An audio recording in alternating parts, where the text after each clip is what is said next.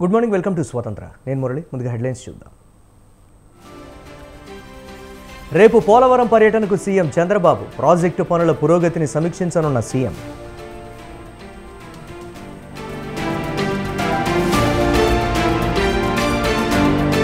నేడు బాధ్యతలు స్వీకరించనున్న ఏపీ మంత్రులు. ఉదయం 11 గంటలకు పదవి బాధ్యతల స్వీకరణ.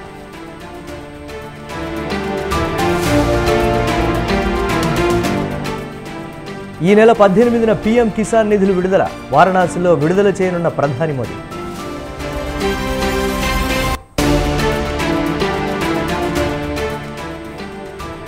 తెలుగు రాష్ట్రాల్లో నేడు రేపు వర్షాలు. పలు చోట్ల ఉరుములు మెరుపులతో కూడిన వానలు.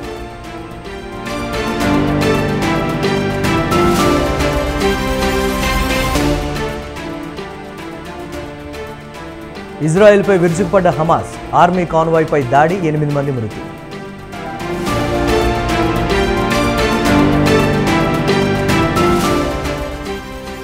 నేడు ఐర్లాండ్తో తలపడనున్న పాకిస్తాన్. రాత్రి 8 గంటలకు లాడర్ హిల్ వేదికగా మ్యాచ్.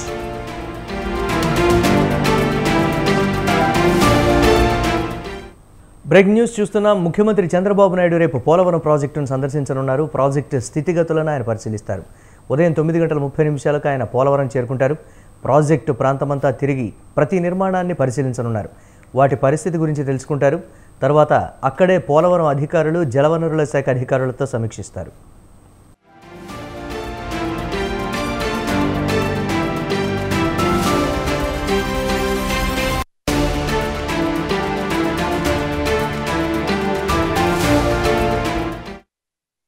గతంలో చంద్రబాబు సీఎంగా ఉన్నప్పుడు ప్రతి సోమవారం పోలవరంగా పిలిచేవారు.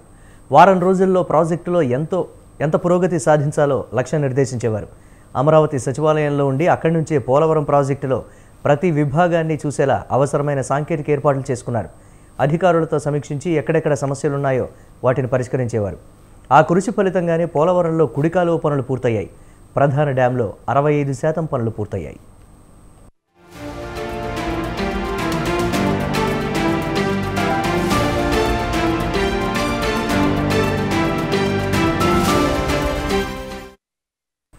గత 5 ఏళ్లుగా ప్రాజెక్టు పనులు ఎక్కడికక్కడ ఆగిపోయాయి. కూటమి ప్రభుత్వం రావడం, ముఖ్యమంత్రిగా చంద్రబాబు ప్రమాణ స్వీకారం చేసిన తర్వాత మొట్టమొదటిగా ప్రాజెక్టును సందర్శించడం ఎంతో ప్రాధాన్యత సంతరించుకుంది. పోలవరం ప్రాజెక్టుకు కూటమి ప్రభుత్వం ఇస్తున్న ప్రాధాన్యత కారణంగానే ప్రభుత్వం ఏర్పడిన వెంటనే సీఎం చంద్రబాబు పోలవరం పర్యటనకు రానుండడంపై ఈ ప్రాంత ప్రజలు హర్షం వ్యక్తం చేస్తున్నారు.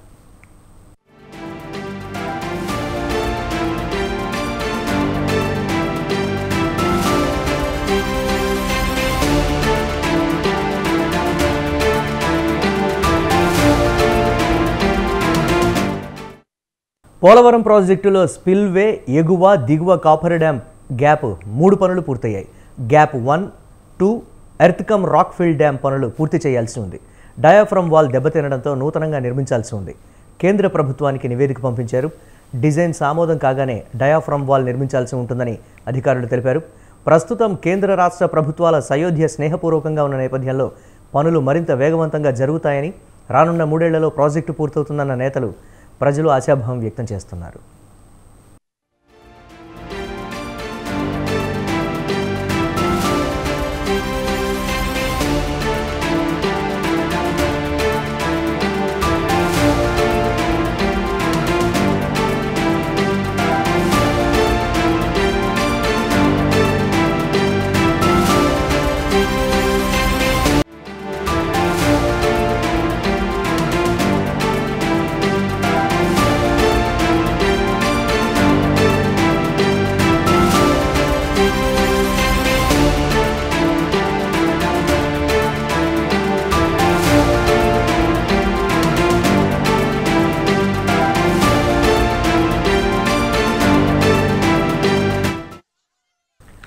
తనకు ప్రజలకు మధ్య అడ్డుగోడలు ఉండటానికి వీల్లేదని టీడీపీ అధినేత ఏపీ సీఎం చంద్రబాబు అన్నారు.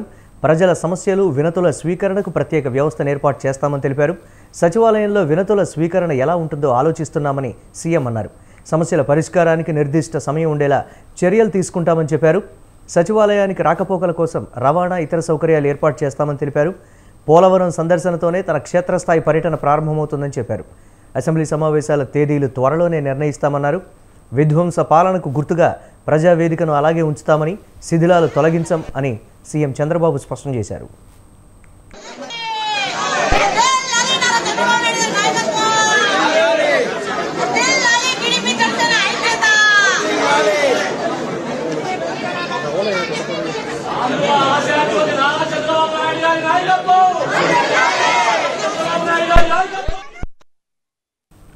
మంగళగిరిలోని టీడీపీ కార్యాలయంలో ఆసక్తికర సన్నివేశం చోటు చేసుకుంది. ఏపీ సీఎంగా బాధ్యతలు స్వీకరించిన తర్వాత తొలిసారిగా చంద్రబాబు టీడీపీ కేంద్ర కార్యాలయానికి వచ్చారు. సీఎం చంద్రబాబును కలిసేందుకు పెద్ద ఎత్తున పార్టీ కార్యాలయానికి టీడీపీ శ్రేణులు, కార్యకర్తలు తరలివచ్చారు. ఈ క్రమంలోనే వారితో ఫోటోలు దిగుతూ ఉండగా ఆసక్తికర సన్నివేశం జరిగింది. సీఎం చంద్రబాబుకు ఓ మహిళ బ్లాక్ గ్లాసెస్ ఇచ్చింది. తమ అధినేతలో హీరోను చూడాలనుకున్న ఆమె పెట్టుకోండి సార్ అంటూ బ్లాక్ గ్లాసెస్ ఇచ్చారు. ఆమె కోరికను కాదనని సీఎం చంద్రబాబు వాటిని ధరించి ఫోటోకు ఫోజులు ఇచ్చారు. ఆ క్షణం ఉత్సాహానికి గురైన ఆమె జై బాబు అంటూ నినదించారు. ఈ సందర్భంగా చంద్రబాబు స్టైలిష్ లుక్తో కనిపించారు.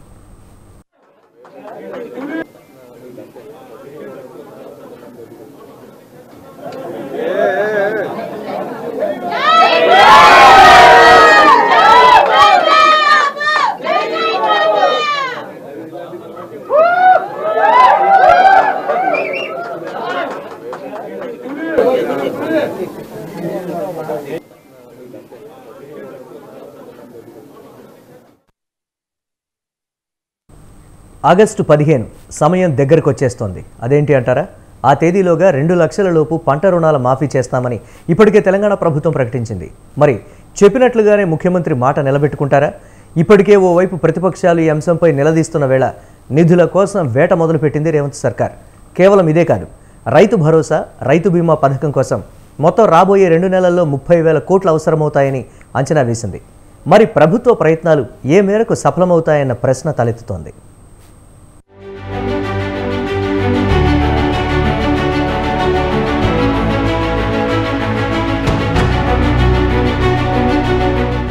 రెండు నెలలు 30,000 కోట్ల రూపాయలు. అవును, రాష్ట్ర ప్రభుత్వం హామీ ఇచ్చిన మేరకు రైతు రుణమాఫీ, రైతు భరోసా, రైతు బీమా అమలు చేయడం కోసం కావలసిన మొత్తం ఇది.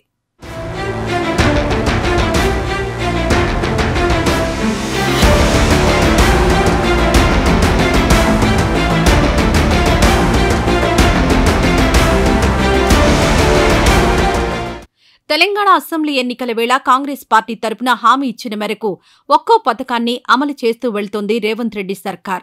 ఇందులో భాగంగా ఇప్పటికే రైతు రుణమాఫీ అమలు చేసేందుకు ప్రణాళికలు సిద్ధం చేస్తోంది రాష్ట్ర ప్రభుత్వం.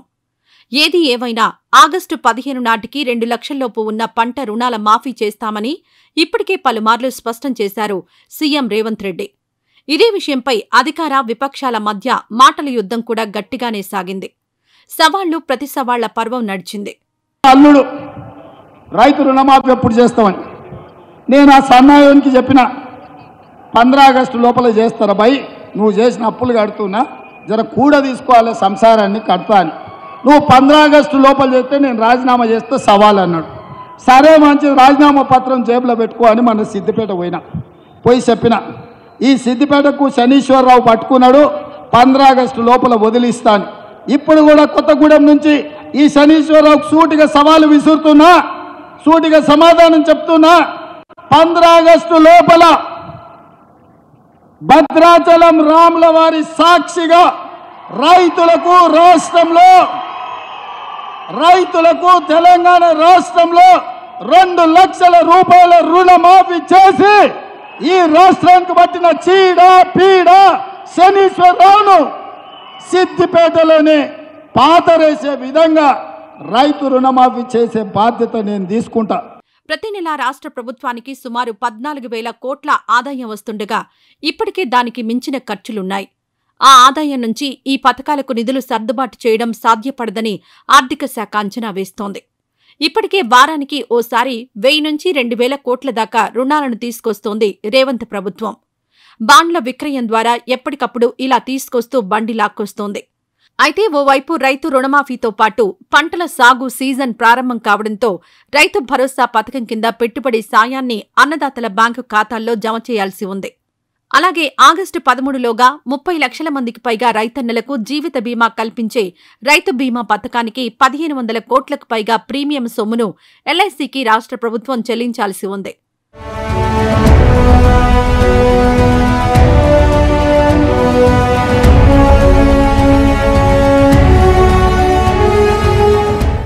ఇలాంటి పరిస్థితుల నేపథ్యంలో 1000 కోట్లు, 2000 కోట్లు ఇలా రుణాలు తీసుకురావడం కాకుండా ఒకేసారి 10 నుంచి 20,000 కోట్ల మేర నిధులు బాండ్ల ద్వారా సేకరించి రుణమాఫీ చేయాలని, అందుకు అవసరమైన ప్రయత్నాలను చేస్తోంది రాష్ట్ర ప్రభుత్వం. ఈ దిశగా ముందుకు వెళ్లవచ్చా అన్న అంశాలను పరిశీలిస్తోంది. అయితే ఆర్థిక బాధ్యత, బడ్జెట్ నిర్వహణ పరిమితులకు లోబడి మాత్రమే బాండ్ల విక్రయం ద్వారా రుణాల సేకరణకు రిజర్వ్ బ్యాంక్ అనుమతిస్తుంది. 2023-24 ఆర్థిక సంవత్సరంలో రాష్ట్రం ఈ పరిమితి కింద 49,589 కోట్ల మేర రుణాలను తీసుకుంది. వాటిలో 2023 ఏప్రిల్ నుంచి ఆగస్టు వరకు 5 నెలల్లో గత ప్రభుత్వం 26,158 కోట్లను సేకరించింది. ఇక ప్రస్తుత విషయానికొస్తే 2024-25 ఆర్థిక సంవత్సరంలో 50,000 కోట్లకు మించి రుణాలను ఎఫ్ఆర్బీఎం పరిమితికి లోబడి సేకరించే అవకాశాలున్నట్లుగా తెలుస్తోంది. వీటి నుంచి గతేడాది మాదిరిగానే ఆగస్టులోగా 40,000 కోట్లను తీసుకుంటే 3 పథకాలకు సర్దుబాటు చేయడం సాధ్యమని అంచనా వేస్తోంది.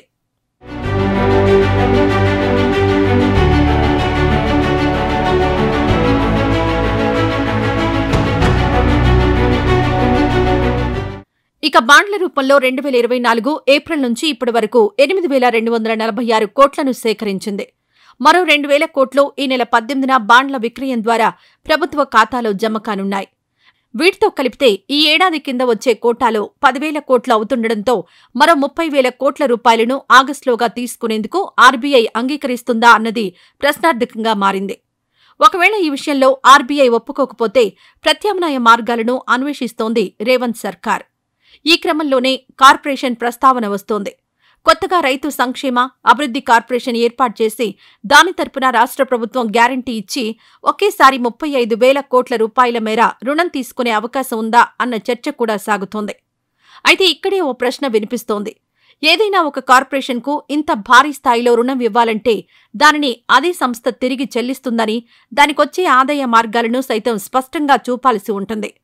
ఒక సంస్థ లేదంటే ఒక పథకం పేరుతో ఇచ్చే రుణం సొమ్మును దానికి మాత్రమే వినియోగించాలని, అలా చేయని పక్షంలో రాష్ట్ర ప్రభుత్వం పూచీకత్తు ఇవ్వడం చెల్లదని ఇటీవలే రిజర్వ్ బ్యాంక్ వర్కింగ్ గ్రూప్ సిఫారసు చేసింది. ఈ నేపథ్యంలో వీటితో పాటు రుణ సేకరణకున్న ఇతర అవకాశాలు ఏమిటన్న దానిపై ప్రభుత్వం ఉన్నత స్థాయిలో చర్చలు జరుపుతోందన్న వాదన వినిపిస్తోంది.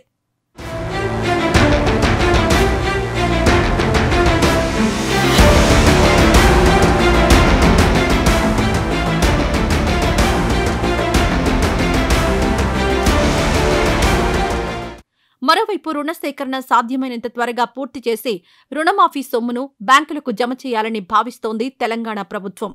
జూలై 15 నుంచి మొదలుపెట్టి ఆగస్టు 15లోగా దశలవారీగా తొలుత 50,000 లోపు, ఆ తర్వాత నిధుల లభ్యత ఆధారంగా 75,000, అనంతరం ₹1,00,000 ఇలా కొంత పెంచుకుంటూ పోవాలని భావిస్తోంది. ఈ దిశగా సాధ్యాసాధ్యాలను ప్రభుత్వం పరిశీలిస్తోంది. రాష్ట్రంలో రుణమాఫీ వర్తించే రైతుల్లో 70% మందికి ₹1,00,000 లోపే బాకీ ఉన్నట్లుగా అంచనా వేస్తోంది సర్కార్. ఇలాంటి వారందరికీ తొలి దశలో మాఫీ చేసి మిగిలిన వారికి విడతల వారీగా ఆగస్టు 15లోగా జమ చేస్తే ఎలా ఉంటుందన్న చర్చ కూడా ఒకటి విస్తృతంగా ప్రభుత్వంలో జరుగుతున్నట్లుగా ప్రచారం సాగుతోంది.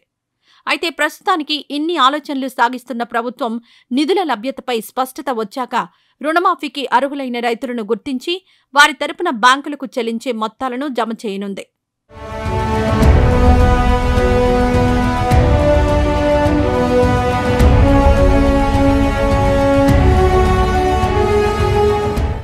మరి ప్రభుత్వం ఆశిస్తున్నట్టుగా రుణాల సేకరణ విషయంలో రిజర్వ్ బ్యాంక్ నుంచి ఆశించిన మేర సాయం తెలంగాణ ప్రభుత్వానికి అందుతుందా? 2 నెలల్లో 30,000 కోట్ల రూపాయలు సమకూరుతాయా అన్నది ఆసక్తి రేపుతోంది.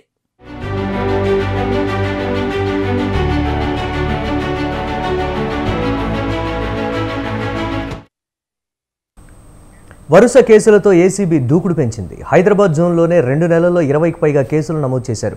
రెవెన్యూ, ఇరిగేషన్, ఆర్టీఏ, పోలీస్ శాఖపై ఎక్కువగా ఫోకస్ పెట్టింది. తాజాగా హైదరాబాద్ సీసీఎస్ సీఐ సుధాకర్ గౌడ్ను 3 లక్షల లంచం తీసుకుంటూ ఉండగా రెడ్ హ్యాండెడ్గా పట్టుకున్నారు. మఫ్టీలో వచ్చిన అధికారులు రౌండప్ చేయగా నగదు బ్యాగ్ పక్కకు పడేసి పరుగులు తీశాడు సీఐ. సినీ ఫకీర్ని తలపించే ఈ ఘటనపై వాచ్ ఇట్ ఆన్ స్వతంత్ర special focus.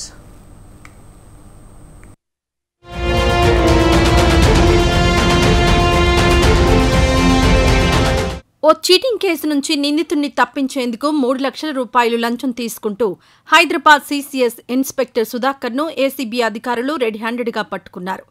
Basheerbagh old police commissionerate కార్యాలయం ఎదురుగా ఉన్న పార్కింగ్ స్థలంలో ఈ నెల 13న బాధితుల నుంచి డబ్బుల బ్యాగ్ తీసుకుంటుండగా అధికారులు రైడ్ చేశారు. ఈ నేపథ్యంలోనే సీఐ సుధాకర్ డబ్బుల బ్యాగ్ను అక్కడే వదిలేసి పారిపోయాడు. అతన్ని చేసి పట్టుకున్నారు. ఇటీవల ఆదాయానికి మించిన ఆస్తుల కేసులో అరెస్టైన సీసీఎస్ ఏసీపీ ఉమామహేశ్వరరావు కేసును మరవకముందే మరో ఇన్స్పెక్టర్ భారీ స్థాయిలో లంచం తీసుకుంటూ పట్టుబడ్డం చర్చనీయాంశంగా మారింది. సీఐ సుధాకర్ని అదుపులోకి తీసుకుని మేడిపల్లిలోని తన నివాసంతో పాటు బంధువుల ఇళ్లలో సోదాలు నిర్వహించారు.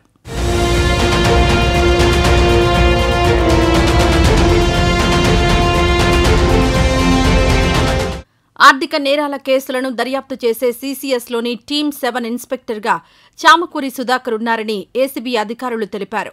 క్రైమ్ నెంబర్ 41/2024కు సంబంధించిన చీటింగ్ కేసు దర్యాప్తు బాధ్యతలు చూస్తున్నారు. యాప్రాలకు చెందిన వ్యాపారి సివిఎస్ సత్యప్రసాద్ వ్యాపార విస్తరణ కోసం తన డూప్లెక్స్ ఇంటిని అమ్మే విషయంలో బోయినపల్లికి చెందిన మణి రంగస్వామి, హేమా సుందర్ రెడ్డి 1.48 కోట్ల రూపాయల మోసం చేశారంటూ సీసీఎస్లో ఫిర్యాదు చేశారు. దీనిపై కేసు నమోదు చేసి దర్యాప్తు బాధ్యతను ఉన్నతాధికారులు సుధాకర్కు అప్పగించారు. నిందితుడైన రంగస్వామిని ఈ కేసు నుంచి బయటపడేసేందుకు ఇన్స్పెక్టర్ సుధాకర్ 15 లక్షల రూపాయలు లంచం డిమాండ్ చేశారు. టీమ్ 7లో ఉన్న ఇన్స్పెక్టర్ సుధాకర్ ఆ కేసుని డీల్ చేస్తున్నాడు. అతను ప్రతిరోజు మణిరంగస్వామిని ఇక్కడ పిలిపించడం, కూర్చోబెట్టడము, దాన్ని కాంప్రమైజ్ చేసుకోమని చెప్పేసి అడగడము. సత్యప్రసాద్ కూడా వచ్చాడు ఇక్కడికి. వచ్చాక వీళ్ళిద్దరు కాంప్రమైజ్ కూడా అయిపోయారు. ఆ 1 crore ఏదైతే ఉందో బ్యాంక్ లోను ఇతనే ఈఎంఐస్ కడతానని చెప్పాడు. కడతానని చెప్పాక ఓకే ఆ కేసు క్లోజ్ చేయాలంటే 15 లక్షల రూపాయలు బ్రైబ్ ఇవ్వాలని చెప్పేసి డిమాండ్ చేశాడు. 15 లక్షల్లో అడ్వాన్స్గా ఇప్పటికే 5 లక్షల రూపాయలు లంచం తీసుకున్నాడు సుధాకర్. మిగతా సొమ్ము ఇవ్వాలంటూ ఒత్తిడి చేయడంతో రంగస్వామి ఏసీబీని ఆశ్రయించాడు. ఒప్పందంలో భాగంగా రంగస్వామి 3 లక్షల రూపాయలు లంచం ఇస్తానంటూ సుధాకర్కు హామీ ఇచ్చాడు. సాయంత్రం 6 గంటల ప్రాంతంలో 3 లక్షల రూపాయల నోట్ల కట్టలు బ్యాగ్లో పెట్టుకుని రంగస్వామి బషీర్బాగ్లోని సీసీఎస్ ఎదురుగా ఉన్న పార్కింగ్ స్థలానికి చేరుకున్నాడు. రంగస్వామి ఫోన్ చేయగానే సుధాకర్ అక్కడికొచ్చి లంచం డబ్బులున్న బ్యాగ్ను తీసుకున్నాడు. అప్పటికే అక్కడ మాటు వేసిన ఏసీబీ రెడ్ హ్యాండెడ్గా ఇన్స్పెక్టర్ను పట్టుకున్నారు. 15 లక్షల్లో ఆల్రెడీ 20 days కింద ఒకసారి 50,000, ఒకసారి 50,000, ఒకసారి 2 lakhs, ఇంకోసారి 2 lakhs, 5 lakhs ఆల్రెడీ పే చేశాడు. పే చేశాక ఇంకా 5 lakhs కావాలని డిమాండ్ చేసినప్పుడు మా దగ్గరికి వచ్చాడు. ఎవరైతే అక్యూడ్ ఆఫీసర్ ఉన్నారో అతను ఎలాంటి వాడు ఏంటని ఎంక్వైరీ చేశాము. 5 లక్షలు తీసుకురావాల్సిందంటే అక్కడికి 3 లక్షలు అయితే అరేంజ్ చేయగలుగుతానని చెప్పాడు. ఆ 3 లక్షల రూపాయలు తీసుకొచ్చాము మేము. మనీ అనేది చేతులతో ముట్టుకుంటే ఫింగర్ కలర్స్ వస్తుందని తెలుస్తుంది కాబట్టి ఇతని ఒక బ్యాగ్ ఉంది. ఆ బ్యాగ్ జిప్ ఓపెన్ చేసి అందులో మనీ పెట్టమని చెప్పాడు. కవర్లో ఉన్న 3 లక్షలు మన కంప్లైంట్ అందులో పెట్టాడు. ఎప్పుడైతే కంప్లైంట్ యాక్సెప్ట్ చేశాడో, మనీని తీసుకున్నాడో, మాకు ఒక సిగ్నల్ ఇవ్వగానే మా టీం కొంచెం మూవ్గానే ఇతను రన్ చేయడం మొదలుపెట్టాడు. పారిపోవడానికి ప్రయత్నించాడు. కొంత దూరంలో ఇమీడియట్లీ మా టీం అంతా కలిసి పట్టుకున్నారు. క్యాష్ కూడా రికవరీ చేశాం. అది అధికారులను వదిలించుకుని ఆ నగదు బ్యాగ్ను అక్కడే వదిలేసి సుధాకర్ పరారయ్యాడు. వెంటనే ఏసీబీ ఇన్స్పెక్టర్ సతీష్, కానిస్టేబుళ్లు మున్నా, గోవింద నాయక్, హరికాంత్ రెడ్డి సుధాకర్ను వెంటపడి చేజింగ్ చేసి పట్టుకున్నారు. లంచం డబ్బులు ఉన్న బ్యాగ్ను రికవరీ చేసి చేతి వేళ్లను కెమికల్తో పరీక్షించగా పాజిటివ్ వచ్చింది. సీఐ సుధాకర్ను అరెస్ట్ చేసి విచారణ జరిపిన తర్వాత నాంపల్లి ఏసీబీ కోర్టులో హాజరుపరిచారు. నాంపల్లి కోర్టు సీఐ సుధాకర్ గౌడ్కి 14 రోజుల పాటు రిమాండ్ విధించింది. లంచం డబ్బులను ఏసీబీకి రికవరీ చేశారు. ఆ బ్యాగులో క్యాష్ పెట్టారు కాబట్టి ఆ బ్యాగ్ని మేము కడిగితే ఇప్పుడు పింక్ కలర్ వచ్చేది. ఈ కేసులో అరెస్ట్ చేశాము. ఇంకా ఇన్వెస్టిగేషన్ చేస్తున్నాము కంటిన్యూగా. అతని దగ్గర ఫైల్స్ ఉన్నాయని కూడా, ఈ ఫైల్ కూడా ఇంకా ఇన్వెస్టిగేషన్ చేస్తున్నాము. కొంచెం క్రిటికల్ కేసు ఉంది ఇది. దాన్ని ఇన్వెస్టిగేషన్ చేసి రిమాండ్ చేస్తాం కోర్టులో. ఎవరైనా లంచం అడిగితే ఏసీబీ అధికారులకు ధైర్యంగా ఫిర్యాదు చేయొచ్చని డీఎస్పీ శ్రీధర్ చెప్పారు. 1064 ఏసీబీ టోల్ ఫ్రీ నెంబర్ని సంప్రదించాలని కోరారు. ఏసీబీకి ఫిర్యాదు చేస్తే సమాచారం ఇచ్చిన వారి పేర్లు గోప్యంగా ఉంచుతామని, ధైర్యంగా వచ్చి ఫిర్యాదు చేయాలని చెప్పారు. ఏసీబీ అధికారులు సీజ్ చేసిన డబ్బును వారం రోజుల్లోనే తిరిగి ఇస్తామని, అలాగే ఆగిపోయిన పనిలో నిజాయితీ ఉంటే తామే క్లియర్ చేసి ఇస్తామని ప్రజలకు భరోసా కల్పిస్తున్నారు.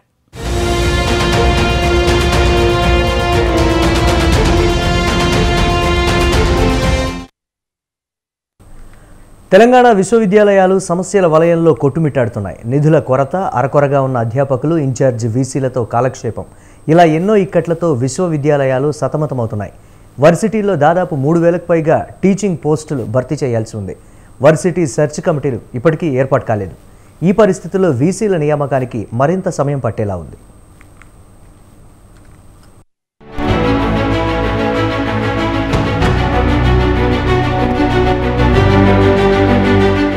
రాష్ట్రంలో వర్సిటీల పరిస్థితి దయనీయంగా ఉంది. విశ్వవిద్యాలయాల పూర్తిస్థాయి వైస్ ఛాన్సలర్ల నియామకాల ప్రక్రియ ఎప్పుడు జరుగుతుందో తెలియడం లేదు.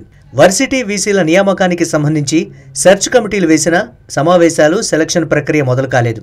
దీంతో ఇన్ఛార్జి వీసీలే కొనసాగనున్నారు.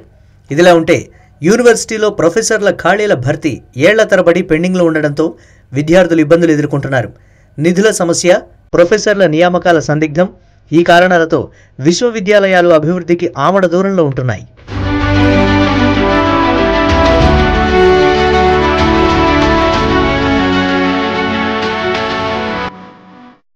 గత నెల 21తో వీసీల పదవీకాలం పూర్తయింది. దీంతో రాష్ట్ర ప్రభుత్వం కొత్త వీసీ పోస్టులకు నోటిఫికేషన్ విడుదల చేసింది. వర్సిటీల్లోని 10 వీసీ పోస్టులకు 1382 అప్లికేషన్లు రాగా 312 మంది సీనియర్ ప్రొఫెసర్లు వీసీ పోస్టులకు దరఖాస్తు చేసుకున్నారు. దీంట్లో అంబేద్కర్ ఓపెన్ యూనివర్సిటీకి ఎక్కువగా 208 మంది అప్లై చేయగా జేఎన్టీయూ ఫైన్ ఆర్ట్స్ యూనివర్సిటీకి చాలా తక్కువగా అప్లికేషన్లు వచ్చాయి. రాష్ట్రంలో 12 ప్రభుత్వ యూనివర్సిటీలుండగా 10ంటికి మాత్రమే సర్కార్ నోటిఫికేషన్ ఇచ్చింది. బాసర ఐఐటి, మహిళా యూనివర్సిటీ వీసీ పోస్టులను ప్రభుత్వం నోటిఫికేషన్లో చేర్చలేదు.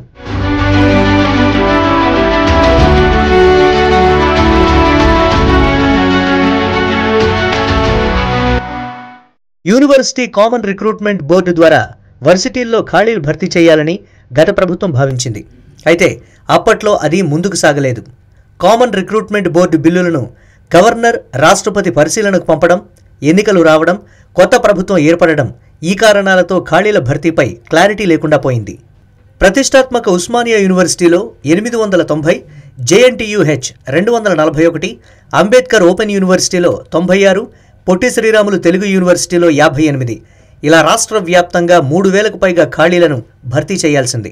జూన్ 15 తేదీ లోపే మేము కొత్త వీసీలను తీసుకొస్తామని చెప్పేసి స్వయంగా ముఖ్యమంత్రి రేవంత్ రెడ్డి గారు ప్రకటించారు. అయినా సరే ఇప్పటికీ ప్రభుత్వం సెర్చ్ కమిటీలు వేయడం కానీ, లేదంటే సెర్చ్ కమిటీల ద్వారా వచ్చినటువంటి వారిని స్క్రీనింగ్ చేసి వైస్ ఛాన్సలర్ గా నియమించడం కోసం ఎలాంటి ప్రకటనలు కానీ, ప్రభుత్వం నుంచి జరగాల్సినటువంటి పనులు కానీ ఇప్పటివరకు జరుగుతున్నట్టు కనిపిస్తలేదు. ఇలా ఉంటే అకాడమిక్ ఇయర్ ప్రారంభం కాబోతా ఉంది. ఇప్పుడు విద్యా సంవత్సరం ప్రారంభంలో కొత్తగా సెట్స్, సిపి గెట్ రాసి విద్యార్థులు నూతనంగా వచ్చేవాళ్ళు ఉన్నారు. హాస్టళ్ల నిర్వహణ, అలాగే ప్రతి నెల రిటైర్ అవుతున్నటువంటి ప్రొఫెసర్స్, లెక్చరర్స్, అనుబంధ క్యాంపస్ల అధ్యాపకులు సమస్యలు, మెస్సు, అలాగే త్రాగునీరు, ఇట్లాంటి అనేక సమస్యలు ఈ రోజు యూనివర్సిటీల్లో వేధిస్తా ఉన్న పరిస్థితి కనిపిస్తా ఉంది. ఇంకో పక్క వీసీలు లేకపోతే పాలన మొత్తం గాడిలో పడే అవకాశం లేదు. ఇన్ఛార్జి వీసీలు వర్సిటీ అభివృద్ధిపై దృష్టి సారించలేకపోతున్నారని విద్యార్థి సంఘాల నేతలు ఆందోళన వ్యక్తం చేస్తున్నారు. రాజకీయాలతో సంబంధం లేకుండా వీసీ నియామకాలు జరగాల్సి ఉంది. అయితే కొందరు ప్రొఫెసర్లు పైరవీలకు పాల్పడి పోస్టులు సంపాదించాలని చూస్తున్నారని, ఇది దురదృష్టకరమని విద్యార్థి సంఘాల నేతలు అంటున్నారు. గతంలో అవినీతి ఆరోపణలు ఉన్న వాళ్ళు ఉన్నారో, లేదంటే వీసీ పదవుల్లో ఉన్న సందర్భంలో యూనివర్సిటీల అభివృద్ధి పట్టించుకోకుండా ఇతర వాళ్ళ మీద కొన్ని ఆరోపణలు కూడా ఉన్నాయి. అనేక పోస్టులు పెట్టించే దగ్గర, పిహెచ్డి అడ్మిషన్లు చేసే దగ్గర, అలాగే సమస్యలు పట్టించుకోకుండా నిధుల్ని గోల్మాల్ చేసే దగ్గర కూడా అవినీతి ఆరోపణలు ఉన్న వాళ్ళు ఉన్నారు ప్రొఫెసర్లు. అలాంటి వాళ్ళని కాకుండా పారదర్శకంగా యూనివర్సిటీల అభివృద్ధి కోసం ప్రభుత్వ విద్యారంగంలో చదువుకుంటున్నటువంటి పేద మధ్యతరగతి విద్యార్థుల ఉన్నత భవిష్యత్తు కోసం అలాంటి వారిని వైస్ ఛాన్సలర్ గా నియమించాలని, పారదర్శకంగా ఈ నియామకాలు చేపట్టాలని మేము ప్రభుత్వాన్ని కోరుతా ఉన్నాం. ఉన్నత స్థాయి చదువులకు విశ్వవిద్యాలయాలే తొలిమెట్టు. గత సర్కార్ హయాంలో వర్సిటీలు నిర్లక్ష్యానికి గురయ్యాయనే ఆరోపణలున్నాయి. గతం గతహ అంటారు పెద్దలు. అందుకే గత విషయాలు పక్కన పెట్టి ప్రస్తుత పాలకులు వర్సిటీ అభివృద్ధిపై దృష్టి సారించాల్సిన అవసరం ఎంతైనా ఉంది. A++ న్యాక్ గ్రేడులతో, పూర్తి స్థాయి ఫ్యాకల్టీతో, ప్లేస్మెంట్లతో విశ్వవిద్యాలయాలు ముందుకు వెళ్లాలని, అప్పుడు భావితరాల విద్యార్థులకు భరోసా ఉంటుందని విద్యార్థి సంఘాల నాయకులు అంటున్నారు.